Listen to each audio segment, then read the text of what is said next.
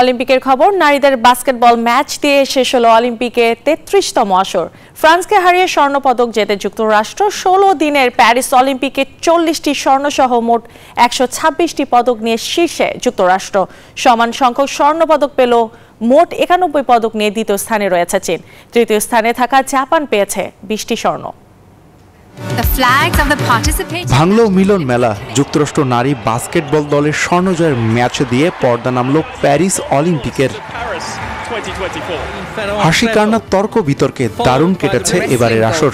পদক জয়ের মিশনে অ্যাথলেটরা মেতে উঠেছিলেন রেকর্ড ভাঙ্গা গড়ার লড়াইয়ে।